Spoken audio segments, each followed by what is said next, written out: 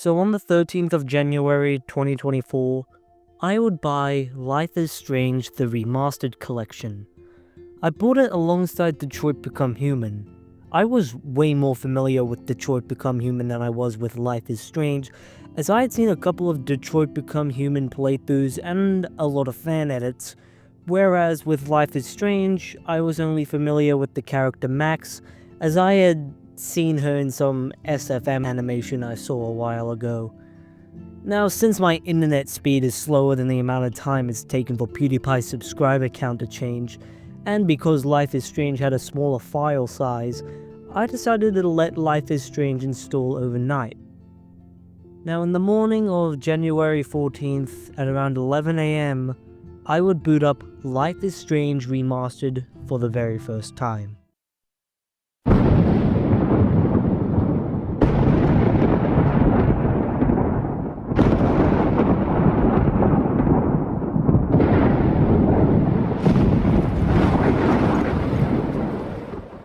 My first couple thoughts?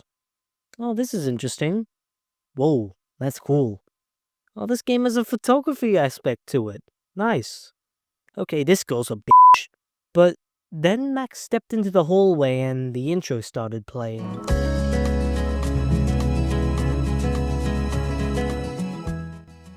The song is called To All of You by Sid Matters. The song gave me this weird tingly feeling inside of me. At this point in time, some of my favorite games are games like Team Fortress 2, Grand Theft Auto 5, Teardown. I hadn't exactly heard a song like this in a game.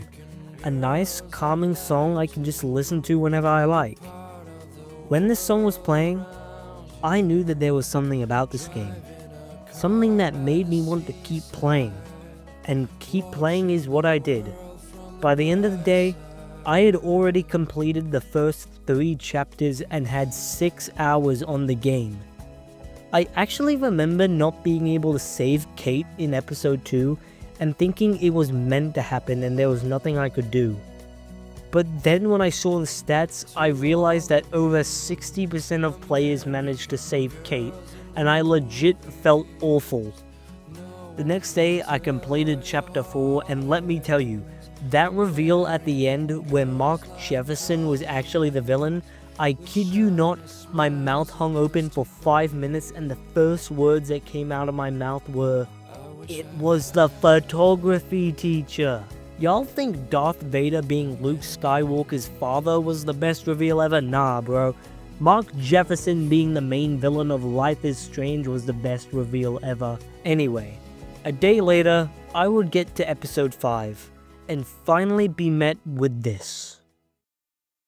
Sacrifice Chloe or sacrifice Arcadia Bay? Or as the community likes to call it, the Bay or Bay ending. Which, no, I will never call this the Bay or Bay ending. It's stupid. It's clever, but it's stupid. Anybody who still refers to their significant other as Bay, I'm sorry, but you're stuck in 2012. Anyway, I sat on this screen for 2 minutes debating on what to do. This was by far the biggest decision of my life. But eventually, I chose to sacrifice Chloe. Never even missed your punk ass, would they? Get that gun away from me, psycho!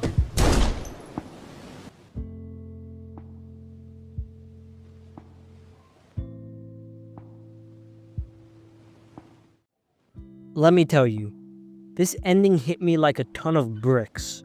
The butterfly, Max's tears, Chloe lying dead on the ground while Nathan panics, everyone walking to Chloe's funeral, Joyce and David crying. But the part that really got me was seeing all those memories of Max and Chloe having fun being burnt up and replaced with these dull and uninteresting photos of just Max. I've never cried at the end of a TV show or a movie, but Life is Strange really got me tearing up. What's sadder as well is the fact that Chloe died thinking Rachel and Max abandoned her. She died thinking David never cared for her. She died not getting the closure on what happened to Rachel Amber. So, on the 16th of January 2024 at 10:05 p.m., I would finally complete Life is Strange. And just a couple of days later, I would restart the game. Life is Strange only has 2 endings, so I just went back and made all the opposite decisions. Apart from 2, as I really wanted to save Kate Marsh, which I did. I also reluctantly treated Victoria with respect. I chose to kill Chloe in episode 4, and made a decision that I'm sure 100% of players never made on their first playthrough. I chose not to kiss Chloe. Anyway, I got to the final episode and was met with this screen again. Which of course, I chose to sacrifice Arcadia Bay. And, well, it was something. The devs tried to make this the happier ending, but we just witnessed the death of hundreds of people. How is this so bittersweet?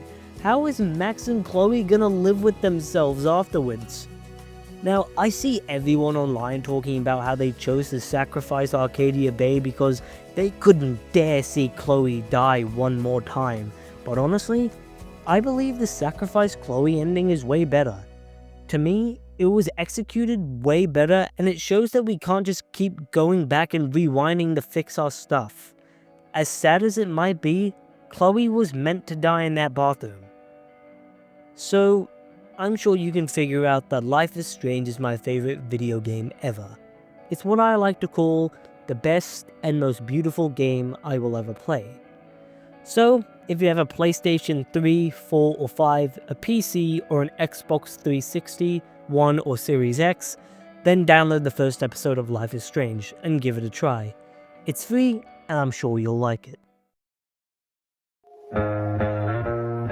2 years after Life is Strange came out, they would release Life is Strange Before the Storm, a prequel set 2 years before the main events of Life is Strange 1, where we get to play as everyone's favorite drug-using alcoholic teenager, Chloe Price. The game came with the remastered collection, and it took me a while to finally play it. I first started playing it after I completed my second playthrough of Life is Strange 1. Funny story, I was actually going to make a video of me playing Before the Storm, and I somehow accidentally set the language to Chinese, so when I started the game, I was met with Chloe speaking Chinese and I had to fix it. Now you might be wondering, where is this video of me playing Life is Strange Before the Storm? To make a long story short, I got rid of it because I didn't want to have to edit out all the swears because the barnyard has a lot of swear graffiti on it. So yeah, I didn't want to have to censor out all that profanity.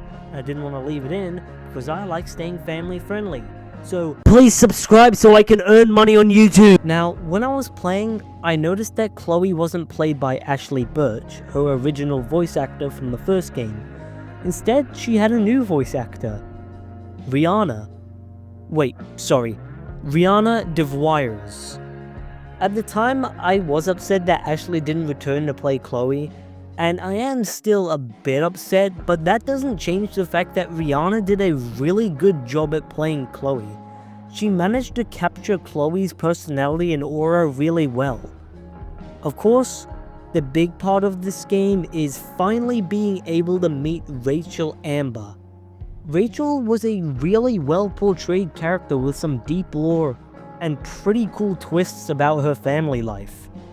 Of course, this game also introduced us to Steph Greenwich, who will be more important as this video goes on, and we also meet a couple other Life is Strange characters, like Victoria, who's still a bitch, Frank, who's much nicer to Chloe here, which is a big contrast to him in the first game, but in Life is Strange 1, if we make the right choices, we can see him become nicer over time, so this is the more believable character change-ups.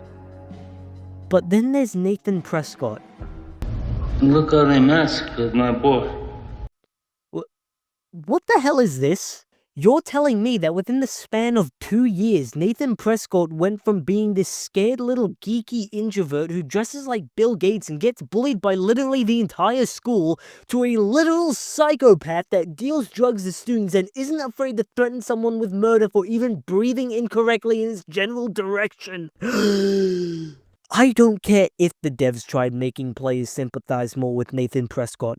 This is not the same person from Life is Strange 1. There is one thing to this game that is pretty pointless. Chloe's power. If you even can consider it a power. The power is called Backtalk, and it's literally just selecting the right dialogue choices to have your way with characters. It's not like you can use it on the fly or whenever you talk to characters. No, the game uses it when it wants you to use it, which is only a couple of segments per episode. Now, I saw this video by the YouTuber Janiac Jr., who also made a whole video about the Life is Strange series, and he had some pretty interesting stuff to say about Before the Storm. Basically, he said that Before the Storm shouldn't have followed Chloe since we already know everything about Chloe. We know she gets expelled, we know she hates her stepfather, we know she ends up in trouble with Frank, so yeah. And then there is the dialogue choices.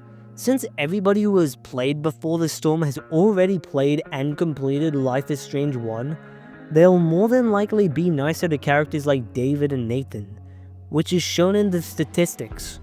But why would Chloe be nice to Nathan or David? It's obviously not shown in the scripted segments. In fact, why does it matter if we're nice to them? Because she's still gonna be the same punk rock brat that she is in the first game. So, if we can't play as Chloe, then who should we play as? Janiac said that Rachel Amber would be a better fit for the game. Why? Because we don't know anything about Rachel. The only thing we know is that she was involved with Frank and that she died at the hands of Jefferson. Other than that, she's a blank canvas for the players to use. Since she didn't have a set personality, players could choose what type of person Rachel would be. She could be bratty and mean like Chloe, more nicer and kind like Max, maybe a bit of both with a bit of crazy mixed in there. So, while this game was great, I do have to agree with what Janiac said. Life is Strange Before the Storm should have followed Rachel rather than Chloe. After that, we have Life is Strange Before the Storm Farewell, a game that takes place before the Storm. It's a neat little DLC that allows us to return as Max to see how Max and Chloe's last day together would unfold, and also to get a better look at the aftermath of William's death. There isn't really much to say about this game because, well, there isn't much to this game. It's an hour in length. It's primarily Max and Chloe pretending to be pirates. There is very little dialogue options within the game, so it's not like any of your choices really matter. But of course, there is the big thing. William's death. It was just so sad seeing Max in the back seat of the car, driving away as she looks at Joyce and Chloe standing by William's grave. I mean, imagine how sad it would be if one of the last memories you have of your best friend as a kid is seeing them standing next to their dead dad's grave as you're driven away to another state. So, while there wasn't much to this DLC, it was still a pleasant experience. Now we have, The Awesome Adventures of Captain Spirit. So it turns out that this DLC was released before Life is Strange 2 for some reason. I think they made it as a sort of playable teaser to Life is Strange 2. But why? Why do we play as this one kid who makes an appearance in episode 2, whose whole purpose is for Daniel to have another kid to play with, and then is never seen or heard from again in any of the following episodes? The game consists of just this kid doing mundane and uninteresting chores that have tiny impacts on Life is Strange 2, while also doing these imaginary boss fights which are just uninteresting and probably filler. All the while we're forced to listen to this kid's annoying voice. The most we get out of this game is that we learn that his dad is an alcoholic. Other than that, this DLC is pointless. A couple months after that was released, we'd finally get something good. Kind of. If you haven't seen my Life is Strange 2 video, then I like to refer to Life is Strange 2 as a great game but a bad sequel to Life is Strange 1. Life is Strange 2 almost completely changed every aspect of Life is Strange 1, some for better, some for worse. For one, Life is Strange 2 tackled way more political issues like homelessness and racism in America. And while I can commend the devs for trying to explore these themes deeper, when it comes to the racism part, it seems like they had a surface level knowledge of what was going on. The thing is that the studio that made Life is Strange 2 isn't an American or Mexican studio. It's a French studio located on a completely different continent on the other side of the Atlantic Ocean. Not saying that this completely bars the devs from doing that, but I'm just saying, I don't think they had as much knowledge about this than most Americans do. This is shown in-game as in every chapter there is at least one racist person that hates Mexicans for little to no reason. I am aware this stuff happens in America, but why does it need to happen in every single episode? I think it's just a lazy way to create a villain. It seems like the only unique villain in the game is the cult leader in episode 4. Yeah, by the way, we defeat a cult in this game. My biggest problem with Life is Strange 2 is the fact that we, the player, don't get the power, and instead it's our little brother Daniel who gets the power, and we have to go through the whole story watching him use the power. The game does try and let us control it by telling Daniel what to do with his power, but again, the game will only let you do that when the game wants you to do that. And while the power is very cool to watch, especially in action scenes, I can't help but wish that Sean at least got his own power. There is also the narrative in each episode. It constantly changes every episode. The past Life is Strange games had the same narrative being bridged between episodes, with small events in each episode making that particular episode notable. In Life is Strange 2, each episode is completely different. New characters, new settings, new problems. Everything. My main problem with that is the characters. The game creates good and interesting characters, but then completely forgets about them the following episode. Cassidy and Finn are the only characters that make appearances in other episodes, but those are usually just small scenes in the other episodes. Another thing involving the characters is that there are often month-long time jumps between episodes in which Sean and Daniel get to know these new characters, which we don't see. The game tosses us these new characters and are like, these are your friends now, enjoy, without really expanding on them.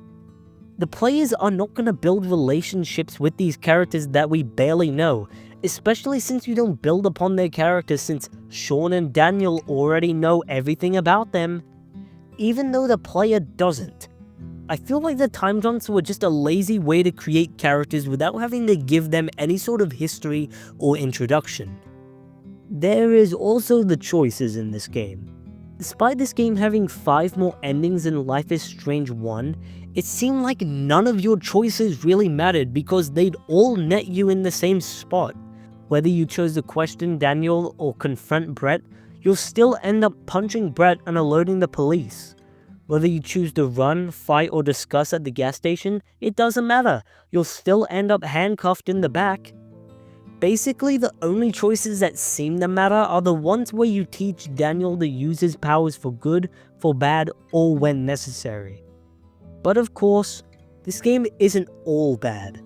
Because of the success of Life is Strange 1 and Before the Storm, this led to a lot of improvements cinematic-wise. I remember first booting up this game, watching the intro and seeing the car getting flipped like that. I said, oh yeah, this game has a budget now. We of course cannot forget all the wholesome scenes in this game. It's nice to see Sean going from hating his brother to really bonding and becoming really close over the course of the story. Whenever I think of Life is Strange 2, I always think about this quote from the game. I love you, Enano.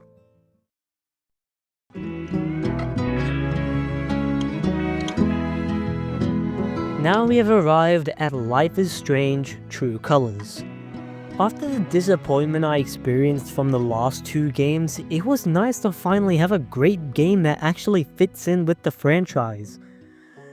When I booted this game up for the first time, and I heard that menu music, I knew this game was gonna be good. Life is Strange has always had good menu music. I mean, the music in general is great, but Life is Strange True Colors' menu music is way better than any of the past games' menu music. One thing that surprised me when I first started playing was the fact that Alex Chen already has and is familiar with her power, which was a first for the series. What was also a first was the fact that Alex and the player didn't know anyone, apart from Gabe, in Haven Springs. So we learn more about the residents of Haven Springs along with Alex. Oh yeah, and Steph Gingrich makes a return in this game. Since this game was made by Deck 9, the same people responsible for Before the Storm, they decided to bring back one of their characters. Now, since I barely interacted with Steph in Before the Storm and I played Before the Storm in May and True Colors in October, I had actually forgotten a bit about Before the Storm, and that would include me forgetting about Steph. So I wasn't like, oh my god, look, it's Steph! In fact, it wasn't until I got halfway through the game, when I watched a video about Life is Strange True Colors, when I actually found out that Steph was in Before the Storm. Some of the characters in True Colors are some of my favorite characters in the series.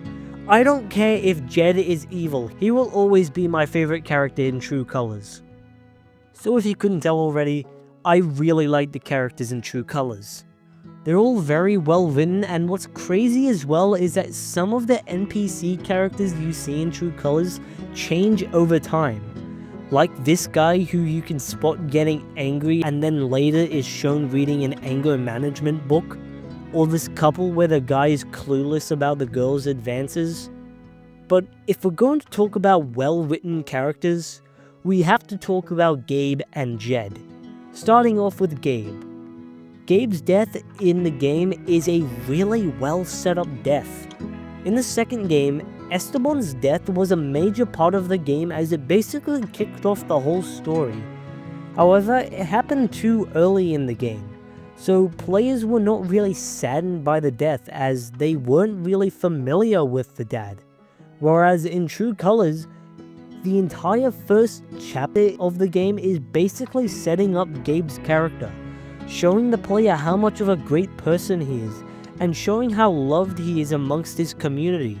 So when Gabe dies, it's way more shocking and heartbreaking, not helped by Alex's reaction.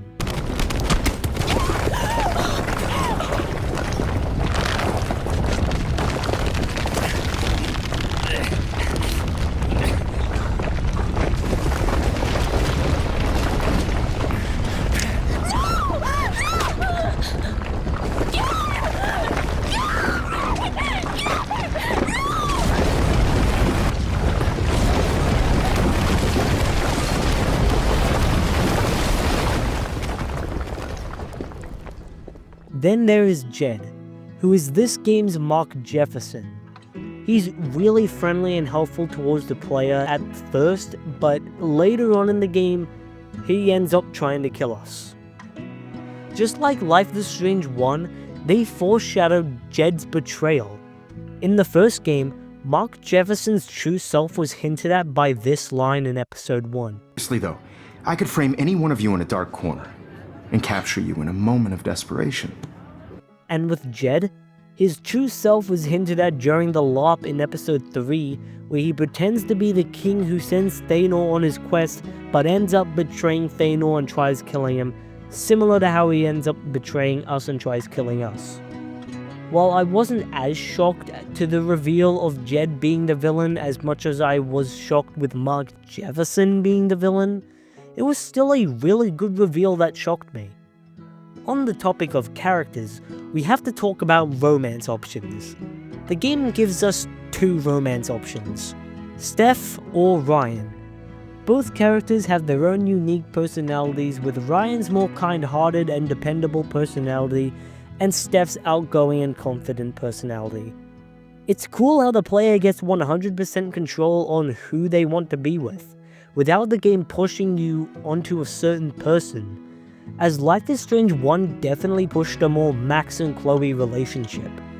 Life is Strange 2 didn't really matter that much, as the romance options were way more bland, and it didn't really matter which you picked, as they would be gone the following episode. Plus, if you didn't pick a romance option, they just toss you with Cassidy. So having romance options that the game actually lets you choose from is really cool. Of course, we cannot talk about Life is Strange without talking about the power. Alex's power is empathy, which allows you to see what people are feeling and thinking, and on some occasions allows you to absorb someone's emotion, which will allow that person to no longer feel that emotion. Now, when I first heard about this power, I was a bit confused. How would this have worked in game? I thought it would be just like the power from the past 2 games, as it would only be used when the game wants you to use it. But no, you can go up to any character or NPC and see what they're feeling and thinking. It will especially come in handy as you can figure out what a person is thinking and change up your conversation to discuss that thought. The only slight problem I have with the game is how short it was. Life is Strange 1 took me 11 hours to complete, Life is Strange 2 took 13 hours, but True Colors only took 9 hours to complete. So yeah, definitely pretty short in comparison to the other mainline games, but nonetheless a really good game. I legit own this game on my PC and PlayStation 4 because, well, look at this. This game deserves to be experienced on the big screen. When Life is Strange True Colors released, they also released a DLC episode that allowed you to play as Steph. This was called Life is Strange Wavelengths. In Wavelengths, you take control of Steph a couple years before the main events of True Colors. We watch Steph as she starts her new job as the new radio hostess of the radio station KRCT and the new owner of the record store. Since we're playing as Steph, we get a couple callbacks to Before the Storm, and we're even able to see a grown-up version of Mikey. But that's about it for the pros. The rest of the game is doing boring and repetitive tasks while answering phone calls and trying to meet a girl on Tinder. All the while, we're confined to the small space of the record store. We're not allowed to leave at all. I do understand that if Steph were to leave, she may miss some calls or a playlist glitch, but I think the game would have been better if at the very least we got to hang out at the Black Lantern at the end of every shift, being able to talk to characters like Gabe, Jed, Ducky, and Ryan. So yeah, this game is almost as pointless as the awesome adventures of Captain Spirit, only a bit less because Steph was a way more important character than Chris. It's time for the moment you've been waiting for. Da da da da da da da da da da da da da da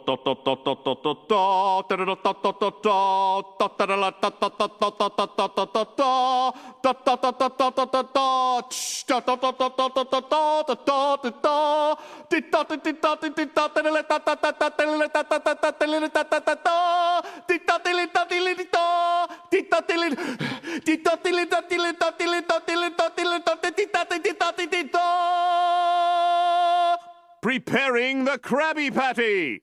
Now we have made it to the latest Life is Strange game. Life is Strange Double Exposure.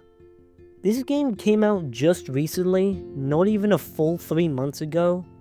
In this game, we're finally able to return playing as none other than everyone's favorite retro camera-toting introverted geek, Max Caulfield.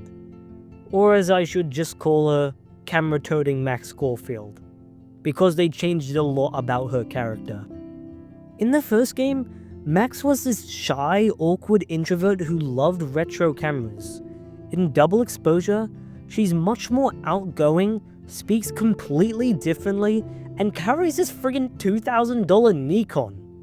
I know 10 years is a lot of time for people to change, but if you're gonna have a character return and have that character be almost completely different, what's the point of having that character return in the first place?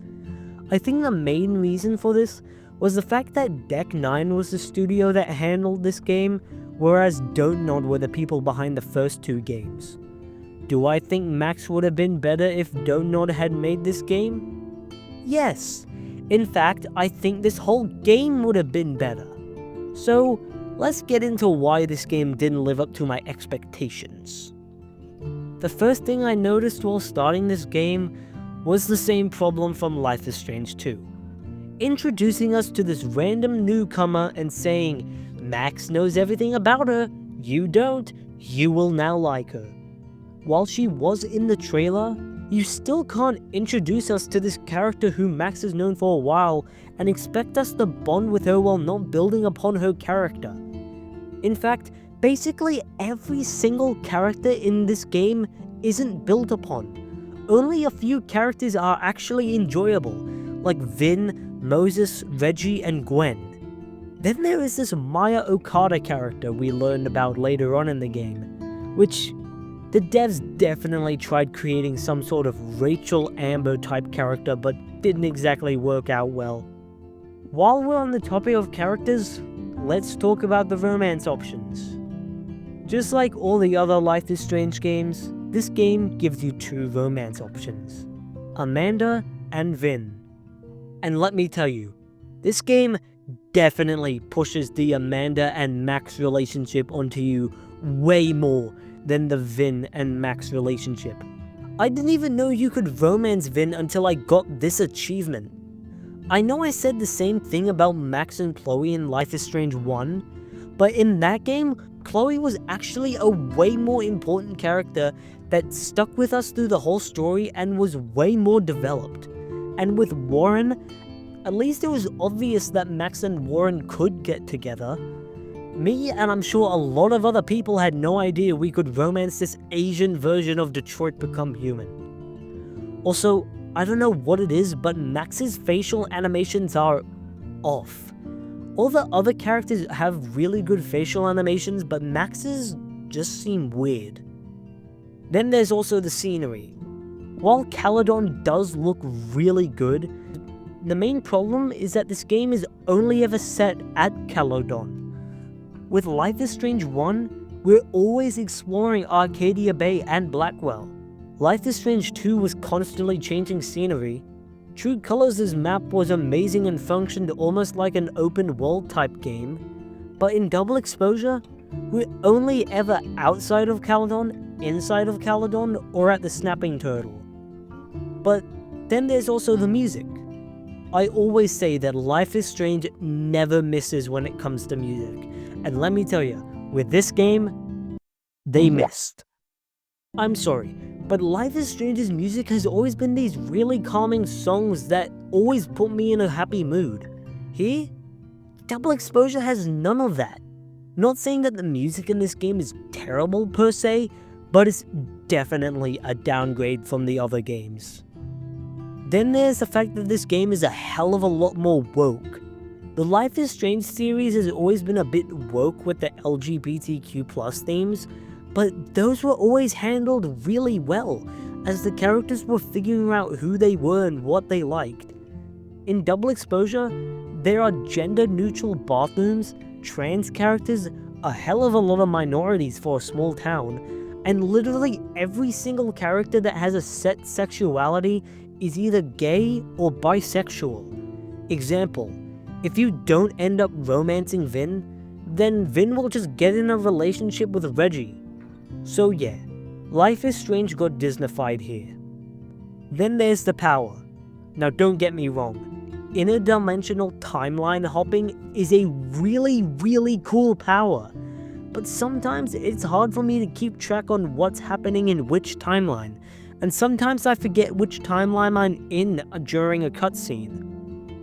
Now of course, this game isn't all bad. There are some good elements to the game as well. Double Exposure definitely did have some good plot twists in the game that really made me want to continue playing in order to find out more. And like I said, the power of being able to switch timelines is also really fun and interesting. And also, despite Max returning, The game doesn't constantly need to remind us of the first game and kind of does its own thing. At the end of Double Exposure, it did say this. So, now it's only a matter of waiting before we get to the next Life is Strange game, which seems like Max will be returning yet again. So if you ask me, the best game in the franchise is the first Life is Strange game. It had all the right ingredients and was lightning in a bottle, which I don't think could ever be captured again. Second best is True Colors. It's by far the best sequel to any Life is Strange game. It was unique, had great characters, great music, and was a fantastic return to formula. Third would be Before the Storm. It was a really great game, but would have been better and made more sense if it had followed Rachel Amber. Fourth would be Farewell. Wasn't much to it, but it had a fantastic and meaningful ending. Fifth would be Double Exposure. Lots of wrongs, but lots of rights. Sixth is Life is Strange 2. A stark contrast from any other Life is Strange game, with some good moments in each episode. Seventh is Wavelengths. A wasted potential of a DLC that could have been a lot better with some nice moments in it. And finally, we have the awesome adventures of Captain Spirit in Dead Last. I'm sorry, but this was a pointless, repetitive DLC that followed a one-time character and probably misled players when the DLC was launched first before Life is Strange 2. And that is what I thought about every single Life is Strange game. Fun fact I feel like I should include, when I first started playing the first game, I couldn't help but recognize Blackwell. I knew I had seen it from somewhere, but then I remembered. This was the same school map that was in the Buck to School DLC for Goat Simulator Mobile. You can actually find a reference to Chloe in that map. If you guys haven't already played any of the games in the franchise, then you should definitely give it a try. The first episode of Life is Strange 1 and 2 is free, The Awesome Adventures of Captain Spirit is free, there is also a demo for True Colors.